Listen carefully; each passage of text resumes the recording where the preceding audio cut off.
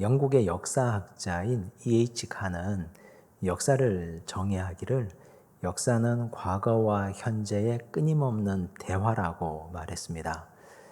이 말은 크게 두 가지 의미를 가지고 있는데, 하나는 우리는 역사를 공부해야 한다는 뜻이고, 또 한 가지는 역사를 공부하고 그걸 기반으로 해서 현재와 미래를 설계한다는 의미를 가지고 있습니다. 예를 들어 우리가 제2차 세계대전에 대해서 공부한다면 왜 공부해야 하겠습니까? 그 참혹했던 전쟁의 역사, 그 참혹한 전쟁의 시간을 우리가 직면해야 하는 이유가 있을 것 아닙니까? 그 이유는 오늘 현재와 미래를 평화롭게 살기 위한 것입니다. 과거 왜 전쟁이 일어났고 왜 인류는 그렇게 많이 죽여야 했고 죽어야만 했는가? 이걸 공부하지 않으면 미래와 현재의 평화를 담보하기가 어렵습니다. 역사는 반복되기 때문에 인간은 미련해서 과거의 잘못을 답습합니다. 그래서 과거를 통해서 현재와 미래를 새롭게 하는 역사의식이 필요한 법입니다. 그런데 역사의식 없이 살아가는 사람들이 있습니다. 그런 사람들은 대체로 양극단의 인생을 삽니다. 첫 번째 부류의 사람들은 과거에만 매여 있습니다. 과거 내가 얼마나 잘 나갔는지, 과거 우리 민족, 우리나라가 얼마나 위대하고 탁월했는지 그것만 자랑합니다. 어떤 나라는 그들의 조상이 남긴 역사적 유적만 가지고 자랑하고 그걸로 돈벌이하며 살아가고 현재나 미래를 위해서는 투자하지 않습니다. 어떤 사람은 자기가 과거에 잘났던 것만 자랑합니다. 그러면 주변 사람들이 듣기 싫어합니다. 우린 이런 사람들을 꼰대라고 부릅니다. 또 한 부류의 극단적인 사람은 과거는 하나도 신경 쓰지 않고 현재와 미래만 생각합니다. 이런 사람도 위험합니다.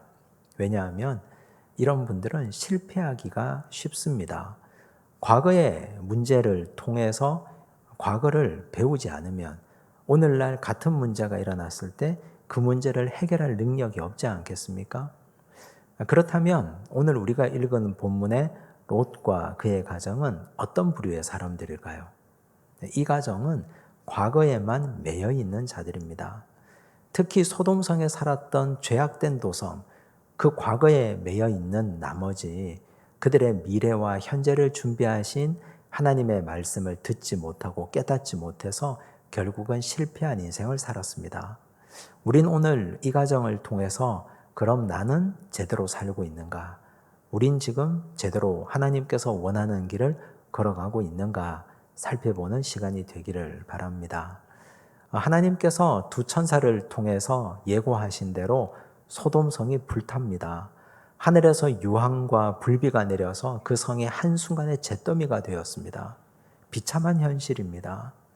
그 성이 한때는 탁월했고 한때는 사람이 많이 모였고 돈이 모였던 곳이고 많은 사람들이 그곳에서 흥왕했는데 이제는 한순간에 사라지고 말았습니다. 그러는 과정에 하나님은 롯과 그의 가족을 기억하시고 아브라함 때문에 그의 기도를 들으시고 그 가정에게 생명을 허락해 주셨습니다. 이제 그들은 하나님께 새롭게 부여받은 생명을 가지고 멀리 가서 믿음 생활 새롭게 하고 잘 살면 됩니다. 그런데 예상치 않았던 일이 벌어집니다. 26절을 보십시오. 함께 읽습니다. 롯의 아내는 뒤를 돌아보았으므로 소금 기둥이 되었더라.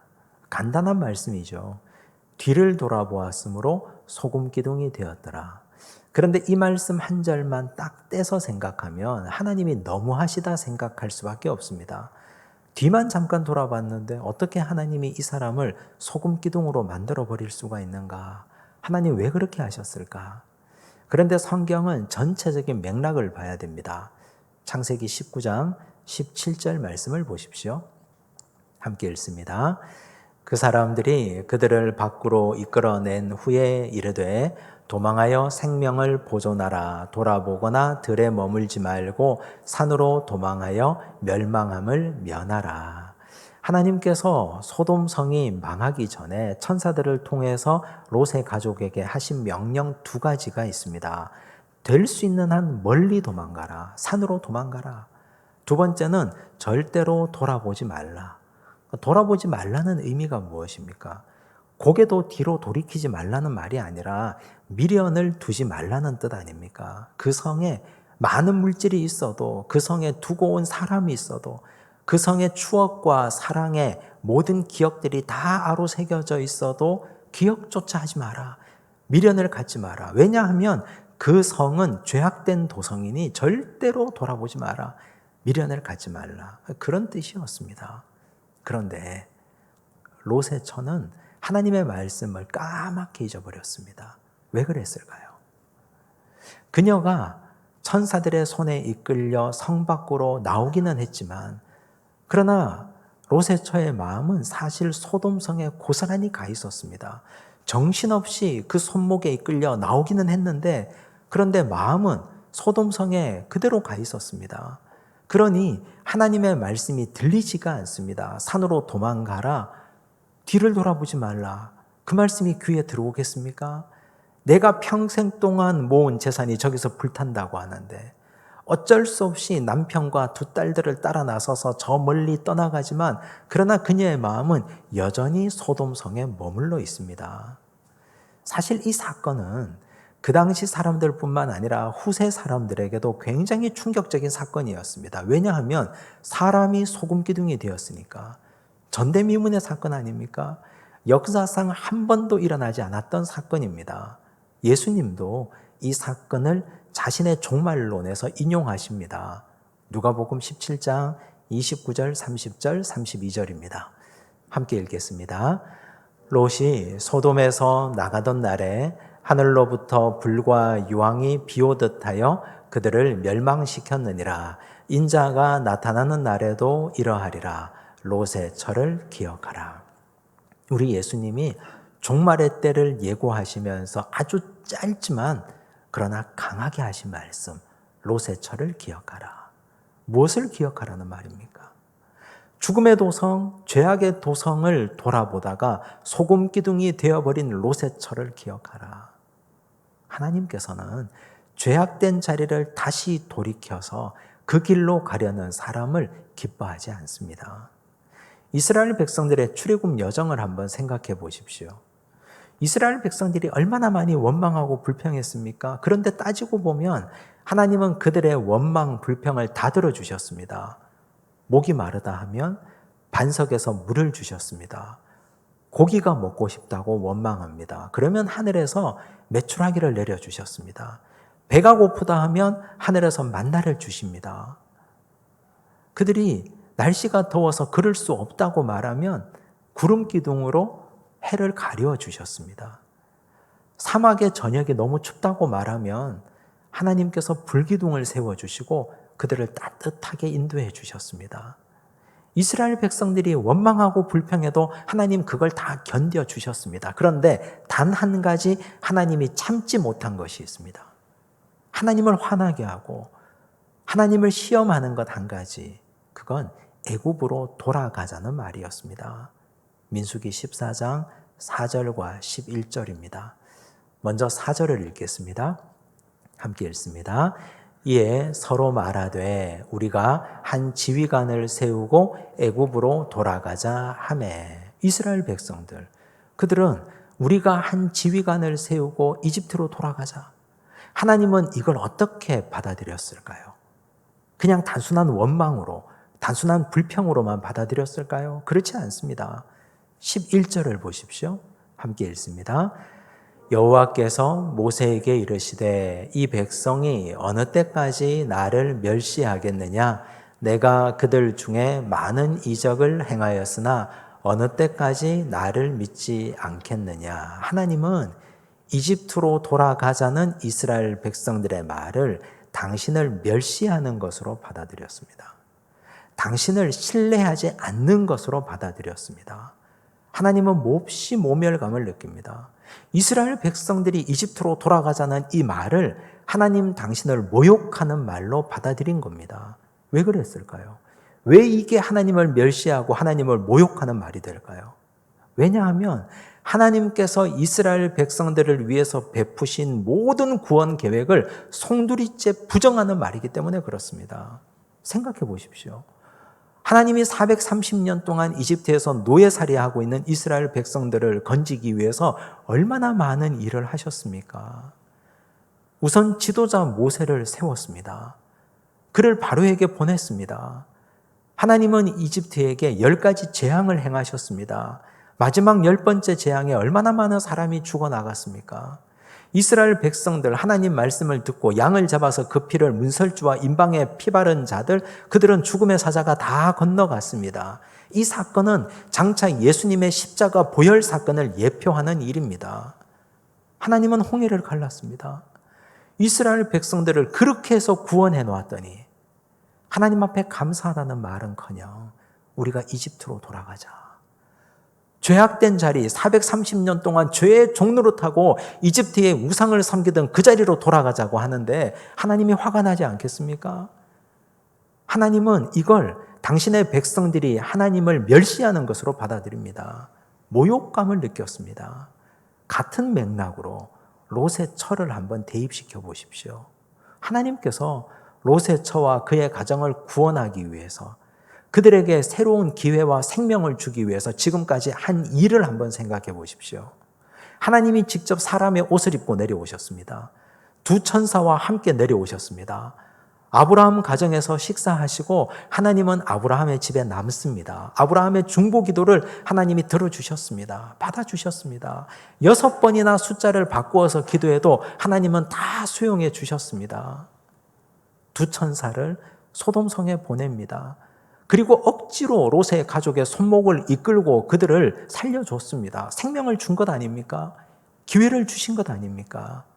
그런데 정말 그렇다면 하나님 앞에 감사하고 산으로 도망가라 하면 열심히 도망가고 뒤를 돌아보지 말아야 되는데 롯의 처의 마음은 그럼에도 불구하고 소돔성에 있습니다. 하나님을 멸시하는 행위 아닙니까? 그렇다면 지금까지 하나님이 무엇 때문에 그들을 이토록 아끼고 사랑해서 아브라함의 기도를 들으시고 여기까지 오게 하신 겁니까? 하나님께서 지금까지 하신 일을 다 무색하게 만드는 일입니다. 그래서 하나님은 화가 난 것입니다. 우리 인생에게 한번 적용시켜 보십시오. 우리가 지금 이 자리에 앉아 있는 이유가 무엇입니까? 왜 우리가 어떻게 해서 이 자리에 오게 됐습니까? 하나님께서 사랑하는 독생자 아들 예수 그리스도를 우리 죄를 위하여 아낌없이 내어주셨습니다. 아들 그리스도는 아버지의 명령에 순종하십니다. 죄가 없는데 십자가에 달려 피 흘렸습니다. 십자가에서 물과 피를 다 쏟아내셨습니다. 우리 죄 때문에. 우리는 아무것도 하지 않았는데 하나님은 아들을 내어주시고 아들은 아버지께 순종하고 그래서 우리의 구원이 이루어졌습니다. 죄의 종로로 타는 우리 한 사람 한 사람을 구원하기 위해서 하나님은 크고 놀라운 경륜으로 아들을 아낌없이 내어주셨습니다. 그런데 우리 입으로 하는 말이 나는 죄악된 도성으로 돌아가고 싶다. 하나님이 기껏 우리를 건져서 구원해 놓았더니 내 마음은 죄의 자리에 가 있습니다. 죄의 은밀한 낙을 즐기던 그 시절을 그리워합니다. 여전히 나는 그 시절을 잊지 못하고 내 마음과 생각은 거기에 매몰되어져 있습니다. 하나님 얼마나 기가 막히겠습니까? 이건 하나님을 멸시하는 행위입니다. 하나님을 모욕하는 행위고 하나님은 이런 행위를 참지 않습니다. 이스라엘 백성들 40년 동안 광야에서 유리방황합니다. 롯의 처는 소금 기둥이 되었습니다. 이제 우리는 어떻게 하시겠습니까? 우리가 죄악된 도성을 그토록 사모하면 하나님이 가만히 두고 보지 않을 겁니다. 진실로 지혜로운 자는 죄의 자리를 철저하게 끊어내는 사람입니다. 생각도 하지 말아야 됩니다. 마음속에 죄의 생각이 올라올 때면 이건 하나님을 모욕하고 멸시하는 행위임을 깨닫고 다시는 그런 죄를 범해서는 곤란합니다. 하나님을 화나게 하는 일 멈추셔야 됩니다. 이것이 우리가 살 수 있는 길입니다. 이제 우리가 영적인 상상력을 좀 발휘해 보십시오. 롯의 처가 소금 기둥이 되어 있습니다. 사람들에게 소문이 나지 않겠습니까? 근방에 있는 사람들이 정말 사람이 소금 기둥이 될 수 있을까? 구경 왔을 겁니다. 요즘처럼 카메라가 없어서 그렇지. 얼마나 많은 사람들이 구경 왔겠습니까? 온몸에 전율을 느끼고 두려움을 느끼고 만져보기도 하고 소금 기둥이 되었다는데 진짜 짠맛이 나는지 입에 대보기도 했을 테고 하늘에서 비가 내려서 그 소금이 다 녹아서 사라질 때까지 얼마나 많은 구경꾼들이 몰려들었을까요? 만약 우리가 그 자리에 롯의 처의 소금 기둥을 보러 갔다면 우리는 무엇을 봐야 됩니까? 우리가 진짜 봐야 되는 것은 롯의 처의 눈빛이 머무는 자리입니다. 그 눈길을 한번 따라가 보십시오. 상상해 보십시오. 소금 기둥이 된 롯의 처의 눈빛이 어디를 향하고 있을까요? 소돔성을 향하고 있지 않습니까? 그런데 그 소돔성은 이제는 흔적도 없습니다. 다 불타버렸습니다. 아무것도 남아있지 않습니다. 하늘에서 유황과 불비가 내려서 다 태워버렸습니다. 기껏해서 하늘에서 내리는 유황과 불비로 다 타버릴 그 성 쳐다보다가 이 지경이 되었다는 것. 소금 기둥이 되어서 인생을 망쳤다는 것. 그건 우리에게 굉장한 충격이지 않습니까? 내가 무엇을 보느냐, 내 눈이 어디를 향하고 있느냐 하는 것이 우리 믿음의 현 주소를 설명합니다. 마음이 가는 곳에 눈빛이 머물지 않습니까? 여러분 지금 어디를 보고 계십니까? 정말 내 마음이 향하는 곳이 어디입니까? 불타 없어지고 사라져버릴, 아무것도 없이 다 사라져버릴 소돔성과 같은 허무한 곳을 바라보고 있지는 않습니까? 우리는 믿음의 주요 또 온전케 하시는 이인 예수 그리스도를 바라봐야 됩니다. 세상 가치가 아닌 하늘의 가치를 갈망하고 소망하셔야 됩니다. 아무리 세상에 불로 태운다 할지라도 타지 않는 영원한 하나님의 도성, 그 도성을 우리는 소망하고 바라보셔야 됩니다. 그래야 희망이 있습니다. 하나님은 그것 때문에 오늘 우리를 이 자리에 있게 하시고 우리 믿음의 눈을 뜨게 하시려고 우리를 믿음 생활하게 하시고 성경 읽게 하시고 하나님 백성 삼아 주신 것 아닙니까? 부디 오늘 우리가 어디를 보는지 무엇을 보는지가 우리 믿음을 결정한다는 사실을 기억하시기를 간절히 바랍니다. 이제 롯 입장에서 한번 생각해 보십시오. 롯은 지금 소알성에 몸담고 있습니다. 그런데 살고 싶을까요? 그 성에? 소돔성이 지척에 있습니다. 고개만 들면 소돔성이 보입니다. 불타 없어져 버렸습니다. 아직까지 연기가 모락모락 피어오릅니다. 몇 날 며칠이 지나도 매캐한 냄새가 코를 찌릅니다. 고개만 들면 소금 기둥이 되어버린 아내가 서 있습니다. 그 주변에 구경꾼들이 몰려들어 있습니다. 그 성에 살고 싶지 않을 겁니다. 그래서 그는 이렇게 결정합니다. 30절을 보십시오. 함께 읽습니다.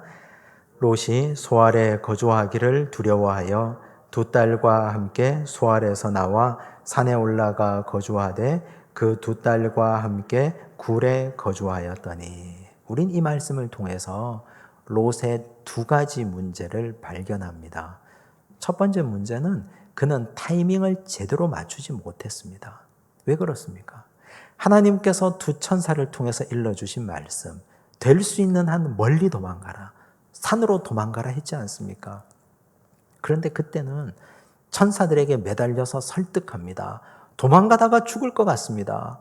제발 저에게 저기 가까운 성 소알성에 머물게 해 주십시오. 그렇게 부탁했습니다.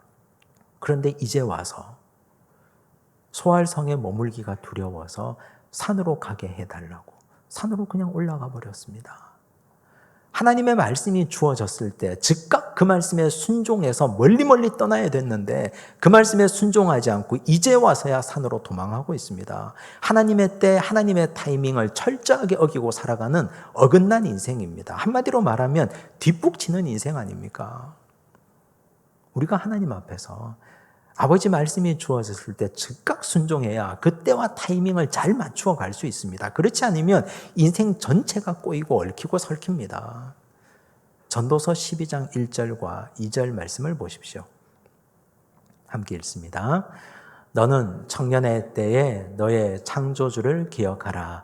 곧 공고한 날이 이르기 전에 나는 아무 낙이 없다고 할 해들이 가깝기 전에 해와 빛과 달과 별들이 어둡기 전에 비 뒤에 구름이 다시 일어나기 전에 그리하라. 전도서는 누가 기록했습니까?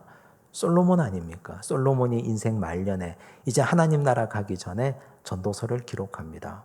그런데 그가 청년의 때에 어떻게 살았습니까?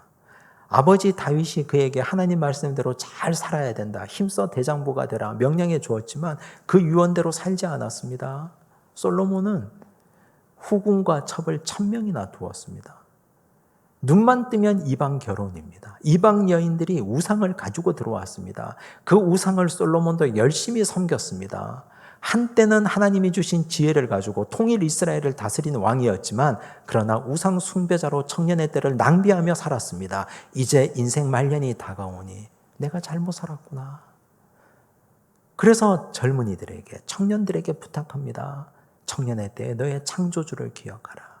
공고한 날이 이르기 전에 나는 아무 낙이 없노라 말하기 전에 너의 창조주 하나님을 기억하라고 일러주지 않습니까? 인생은 때가 있는 법입니다.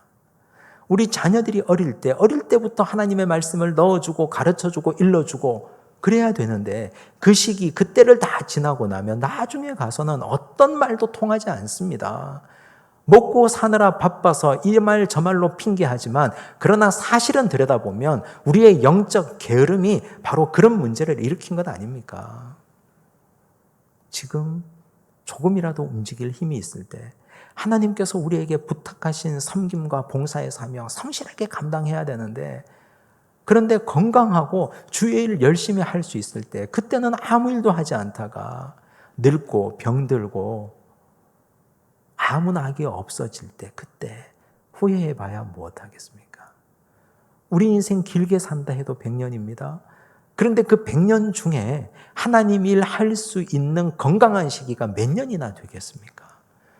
그런데 그때는 저마다 자기 오락을 즐기고 자기 낙을 즐긴다고 바쁩니다. 솔로몬처럼 시간이 한참 지난 후에 그제서야 자신의 인생을 돌아보고 후회합니다.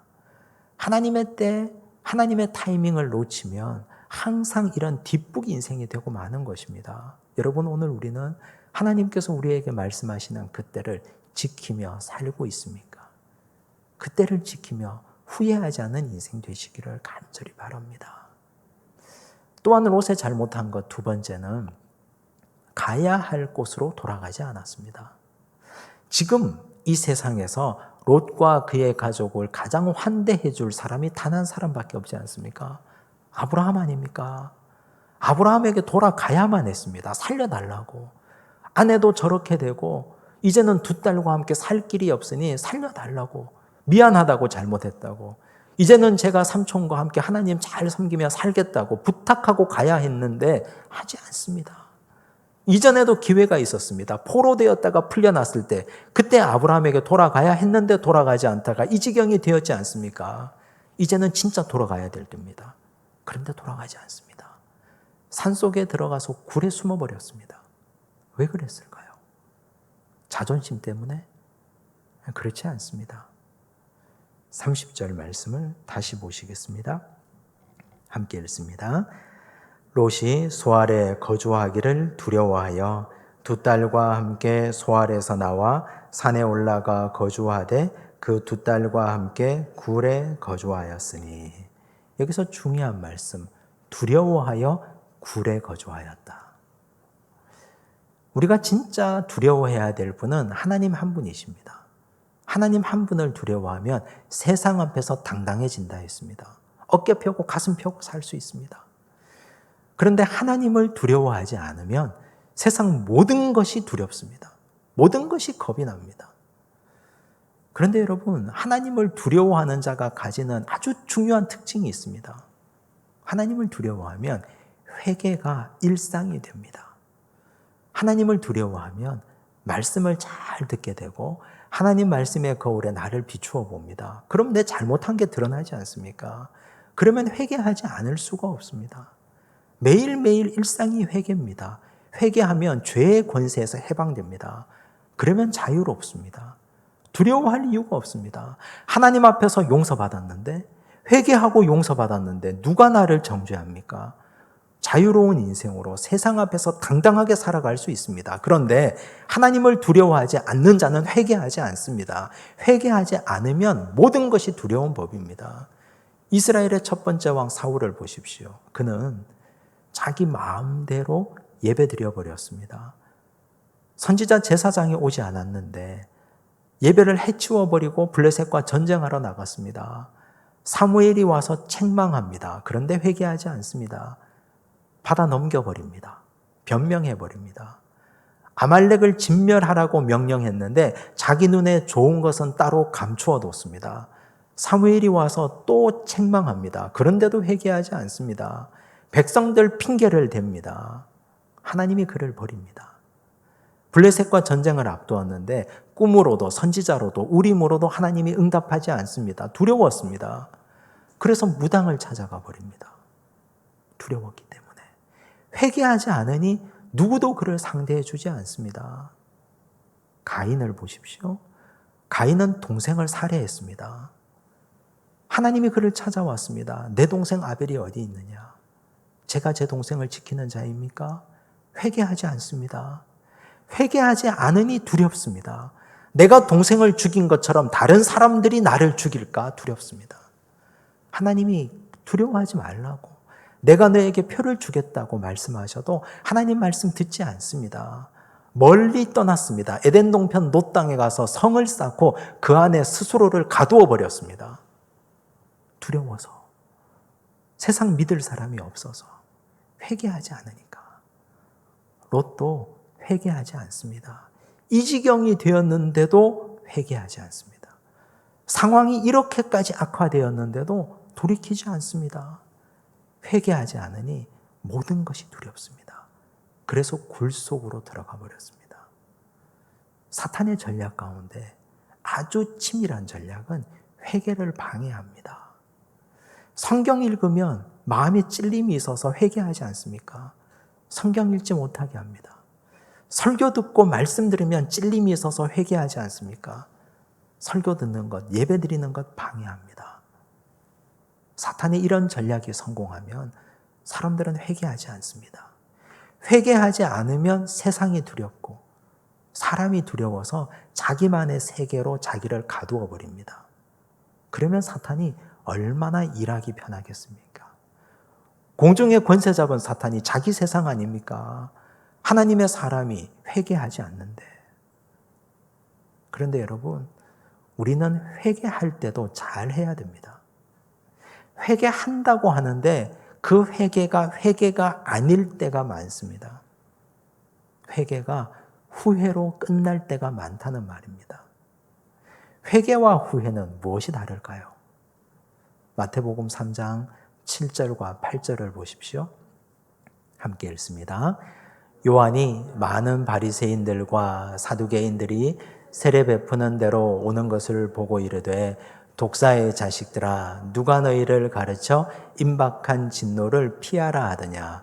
그러므로 회개에 합당한 열매를 맺고, 회개에 합당한 열매를 맺으라고 했습니다.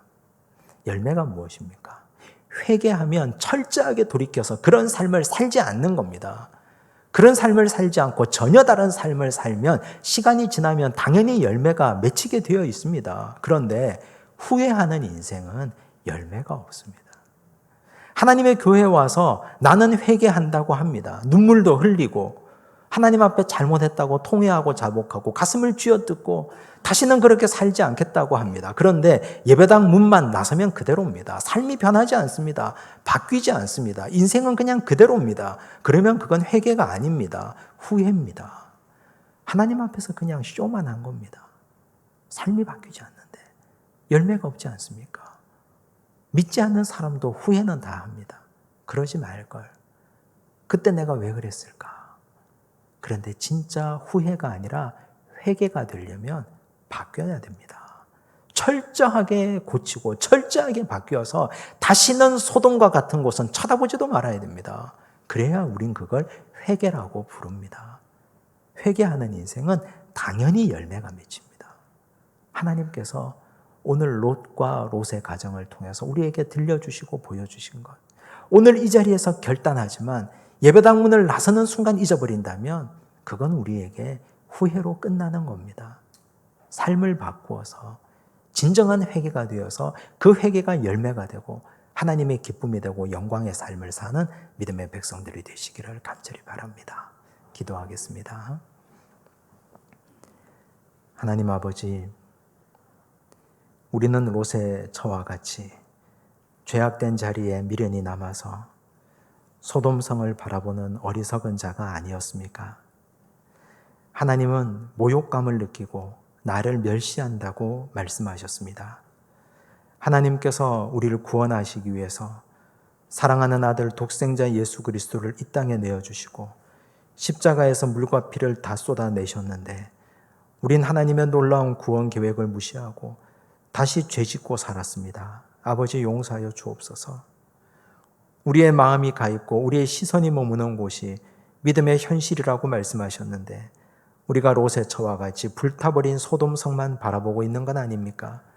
아버지, 우리의 마음, 우리의 시선이 믿음의 주여 온전케 하시는 이인 예수 그리스도를 바라보게 하옵소서. 하나님께서 원하시는 때에 우리의 때를 맞추며 살기 원합니다. 하나님의 타이밍과 나의 타이밍을 일치시키며 살아가게 하여 주시옵소서. 회개하되 진정한 삶이 변하는 회개로 열매를 하나님께 올려드리게 하여 주시옵소서. 모든 말씀 예수님 이름으로 기도드리옵나이다. 아멘.